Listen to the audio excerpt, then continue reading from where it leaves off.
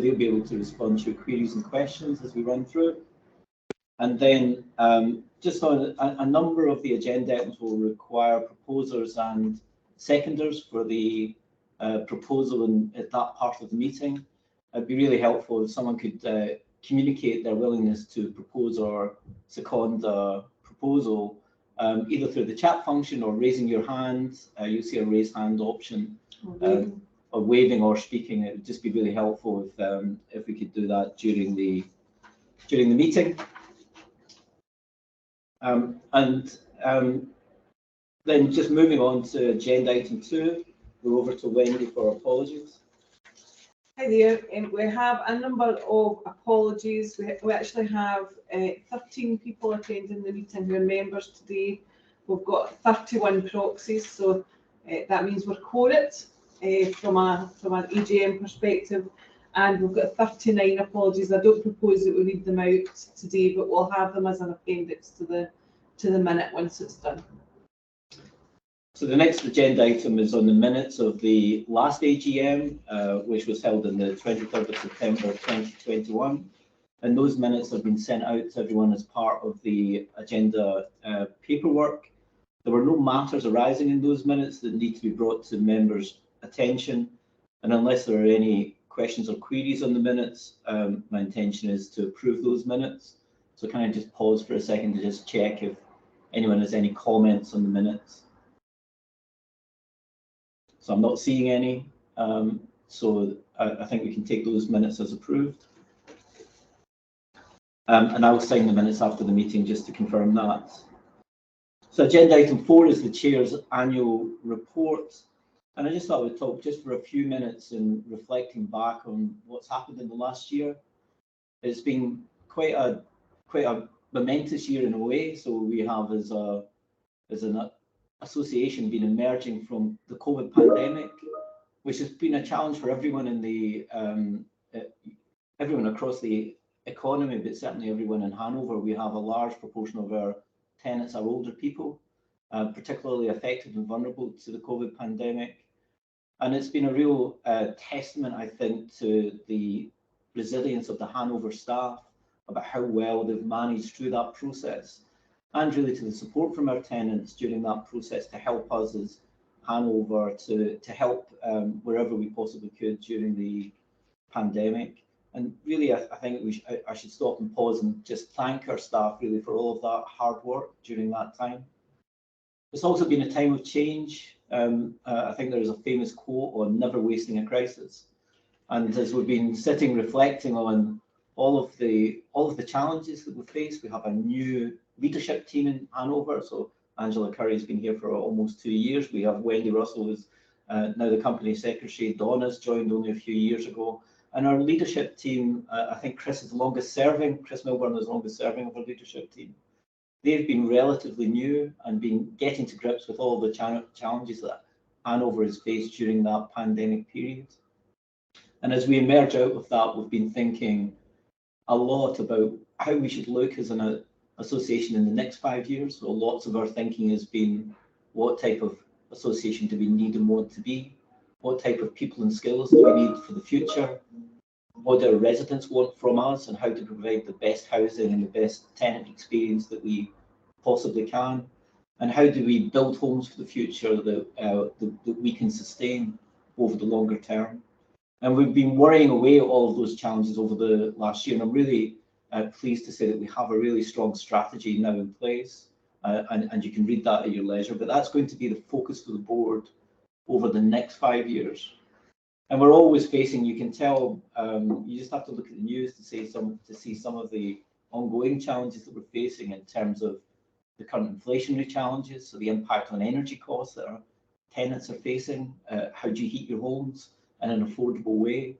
How do we manage the challenges for inflation on our people and staff? And how do we reward our staff in a way that enables them to live happy and fulfilled lives, and ones where they're able to manage their finances? So it presents lots of challenges. We need to have an affordable rent policy for our tenants who, as I've just mentioned, are facing their own challenges. So the next year is going to be about how we as a board can support our tenants through this, whilst also driving Hanover to achieve the change that we all think is going to be necessary for the future. That's going to make it's going to make the future of housing for our tenants the best that we can possibly make it, and that's going to be our focus over the coming year.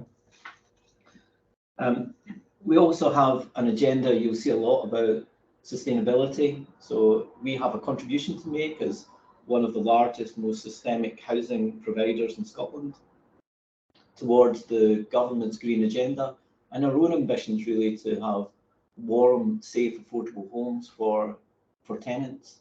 That's going to be a feature of how we build homes in the future, these sustainable homes, sustainable communities, homes that people want to live in. So when you look at it, when you look at a Hanover home, you want to choose to live there. You'll know it's going to be a great experience for you, and it's going to help you as an older person live a happy, fulfilled life. Gary, I'm just going to check. Have we frozen here? It's just no, not as far as I'm concerned. You're a bit grainy, but I don't know if that's just the connection I've got. Right, okay. It's just you had all frozen mid sentence there, so we're just checking that you can still hear us. That's good. Sorry, Gary. So yes, just to reflect on that, we'll be hearing later from our auditors and from our finance director on the accounts and what that's telling us about the financial position of Hanover. But I think we are well set for the future. We've always been a high-performing housing association. That's not going to change. So the fundamentals of what we do are there. We have a really committed workforce, dedicated to what they do, and it's often quite humbling to see how enthusiastic they are in their work. So the real fundamentals are strong within Hanover, and I would expect that to continue as a key focus for the future. I wanted really finally to talk a little bit about one of our board members who will be known to many of you, Sir Jeff Palmer, who is retiring from the board this year. He's served on the board for over 20 years. So Jeff is a real amazing character. He leaves an indelible mark with you if you ever listen to him. He was knighted by the Queen in 2014, so he became Sir Jeff Palmer at that point. He was the first honorary consul for the Jamaican government, and he was representing the Jamaican government at the Queen's funeral last week. Many of you may well have saw him being interviewed by the BBC and ITV, and I think there's a queue of reporters waiting to listen to him. And he's seen Hanover through a whole number of changes. The move to McDonald Road. I think he's been with 3 chief executives and 4 board chairs, and he's delivered a lot. He has a real strong focus on equality and diversity issues, and he keeps the board right in those issues. He speaks really authoritatively in the board in those areas, and he's just a genuinely lovely man, and he's been such a joy to work with. And we really are sorry to see him go. And I think we had a photograph of him. I don't know whether we were able to of his attendance at the Queen's funeral last week. So he has a Wikipedia page if any of you are interested in reading about his achievements, which are many. I thought it would take a little moment simply to reflect on the over 20 years service that Sir Jeff has given to us. And we're looking forward to the year ahead. As I've mentioned, it's full of challenges, but it's also full of opportunities, and really keen to get going with our new strategy. And as I say, that's going to be the focus going forward. I think, unless there are any questions, I'm going to just pause there for a second. And is there anything I've said or any questions anyone would want to raise at this point in the meeting? I'm not seeing any, so I think that takes us on to agenda item 5 and the annual financial statements. I'm going to pass over to Donna Henderson and then Andy Shaw.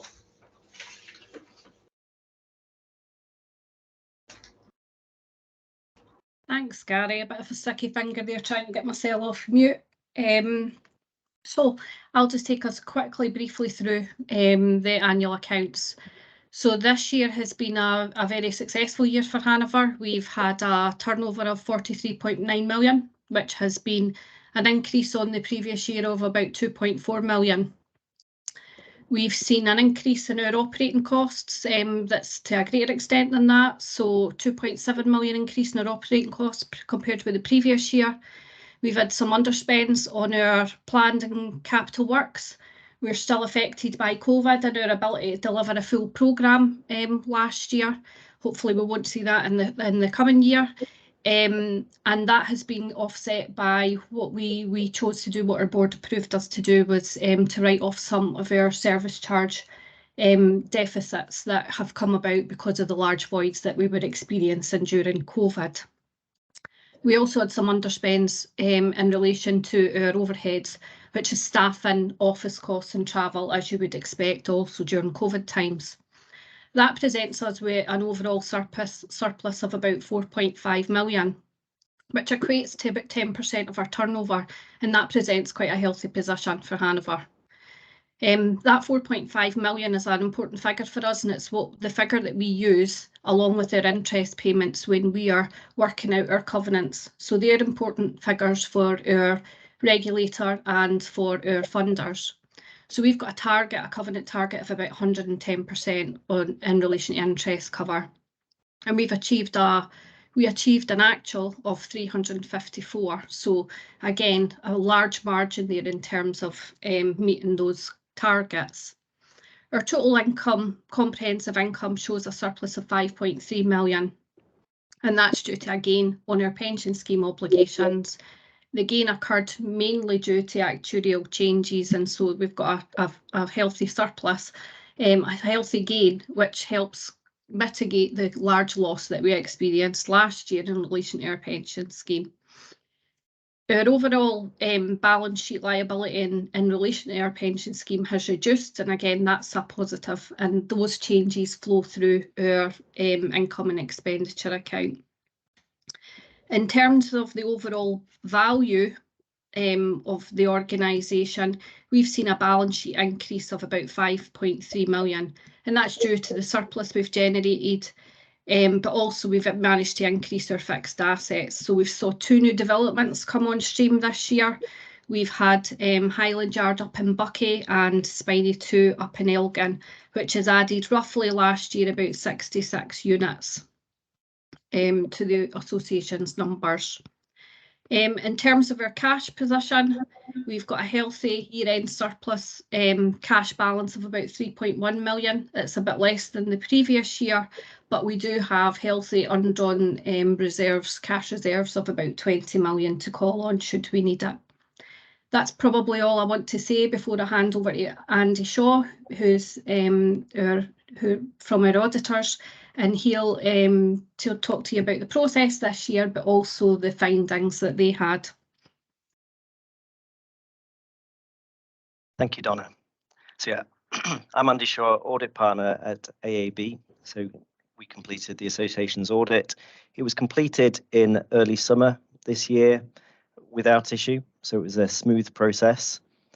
The information provided to us was of good quality, and the finance team was available throughout the process. So we have issued an unqualified audit opinion on the financial statements, having concluded satisfactorily across the risk areas identified.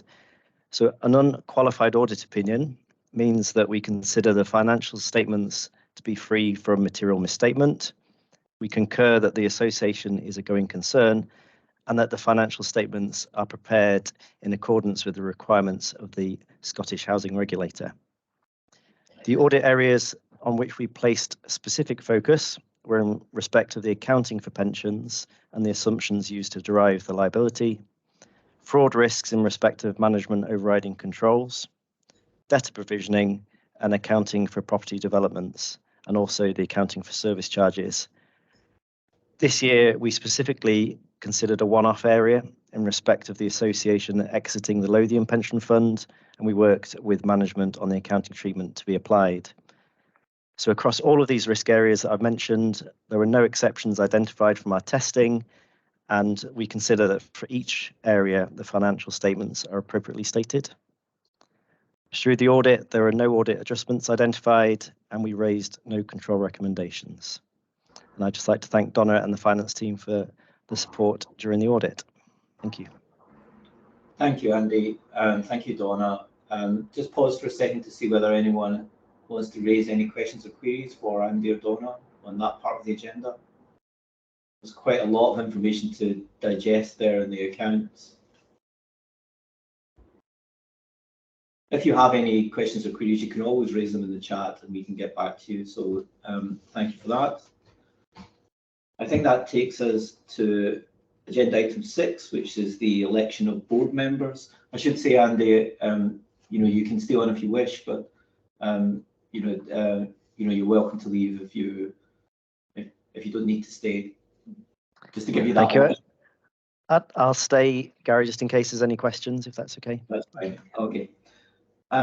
So we have the election to board members, and we've submitted a paper on board members that are due to retire at this AGM. As I've mentioned earlier, so Jeff Palmer is one of those who's stepping down from the board and finishes his service with the board. And then there are 3 members that are up for re-election this year. That's Louise Reid, Margaret Borisky, and James Rowney. And it's just to see if I can have a proposer and a seconder for each of those 3 board members to be re-elected. Feel free to wave. Yeah, so I need some board members to do that, please. Yeah, right, so, Julia, Sanders, and Rob. Yeah, so thank you for that. So that confirms the re-election of those board members onto the board. So congratulations, I think, to James, Margaret, and Louise.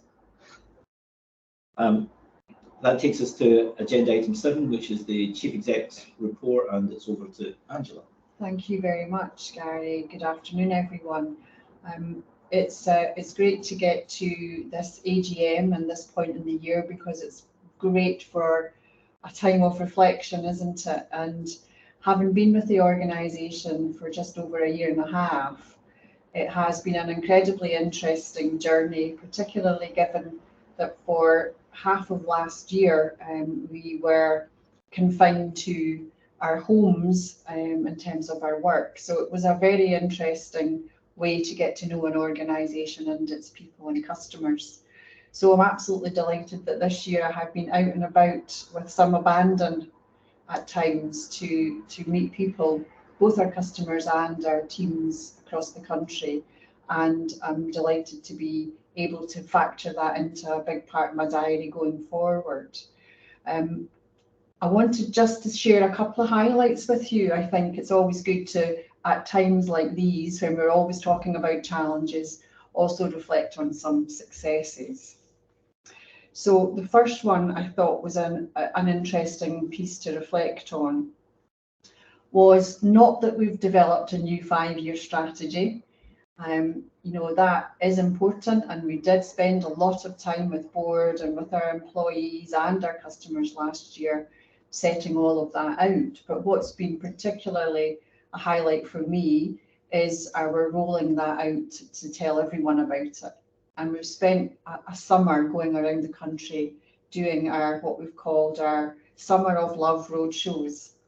And it has just really highlighted to me the importance of meeting people face to face, making sure we make it fun, and being visible as a leadership team. It's so important, isn't it, to not just our workforce, but to our customers as well. And we've all thoroughly enjoyed it, but also learned a lot about how important keeping it real is in terms of, are we getting the basics right? And if we're not, how do we make sure we do get better at some of these things? So it's been incredibly enlightening, and I'm looking forward to doing more of that going ahead. I know that Gary and Donna have mentioned COVID, and it has had an impact on us as an organisation. We had much higher levels of empty homes last year, which meant much higher void loss figures. We were very restricted in what we could do in terms of repairs and maintenance. And many of our customers are still quite worried about catching COVID. So it's having a big impact on the business. But also on a positive side, It means that we now have a really great offer in terms of agile working for our employees.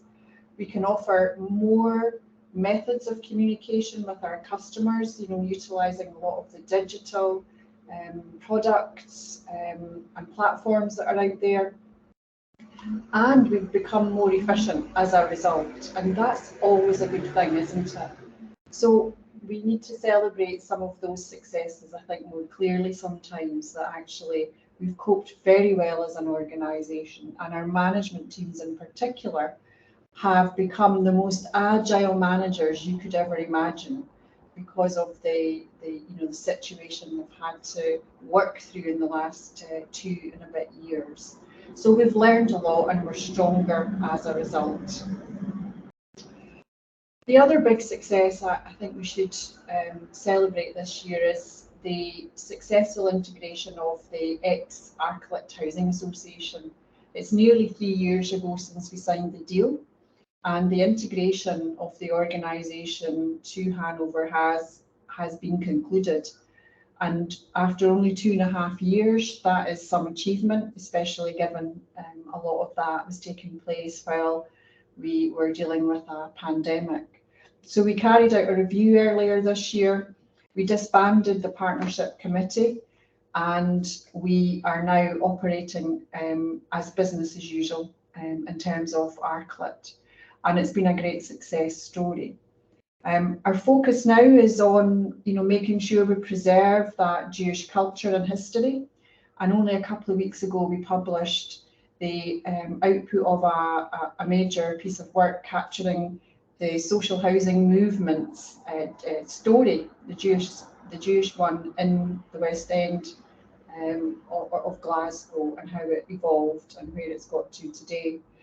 So we have made that available on our website, and hopefully all of our board members have got a digital copy.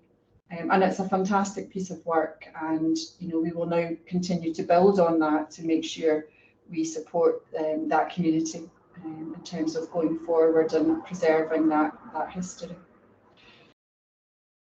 Looking ahead, I suppose it was very tempting to do the bit of, oh my word, challenging times or what? But actually it is, and I know because of the team that we have, the leadership team that we have and our board, there's not a challenge that would come our way that we could not manage through very well. So actually I don't feel particularly worried about what the future holds.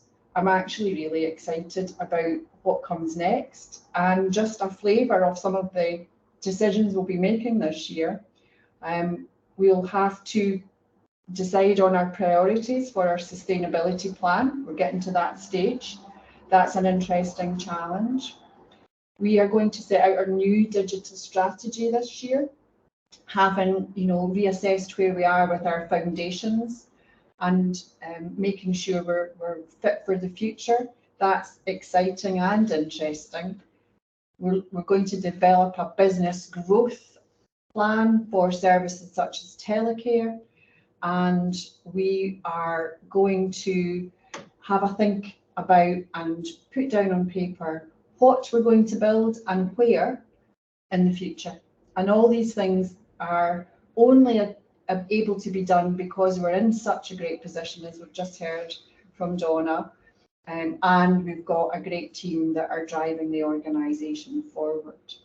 So it is a challenging environment, no doubt, at the moment for many organisations, but it's also a really exciting one. So that's all I wanted to say in terms of my reflection on the last year or so, and I'll hand you back to Gary. Thank you. Any questions for Angela on that update? I can't see any. So I think that takes us to agenda item number 8, which is the appointment of auditors. And we are very well served by Anderson Brown and Andy Shaw. You heard from Andy earlier. And we are recommending that the membership reappoint AAB as our external auditors for the forthcoming year.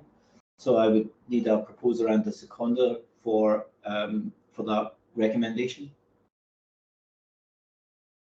Ashley and James. Ashley and James. So thank you very much. So that's passed, and thank you, Andy. Thank you to your team as well for all your hard work with us. So that then takes us to agenda item 9, which is any other competent business. And just to thank everyone for attending today. I'm not aware of no other competent business has been drawn to my attention. So thank you everyone for attending today. Thanks to AAB, our external auditors, and thanks also to all my colleagues on the board for all the hard work and commitment of all the board members. And we do try really hard to work with the management team to make Hanover the best it can possibly be. And that is a really strong board, I think, and we really are committed to that work. And you know, as I started off in my remarks earlier, I think my biggest thanks have to go to the people of Hanover who work every day trying to deliver great services to our tenants, and just to again highlight that work and the high regard within which we all hold it, and thanks to them.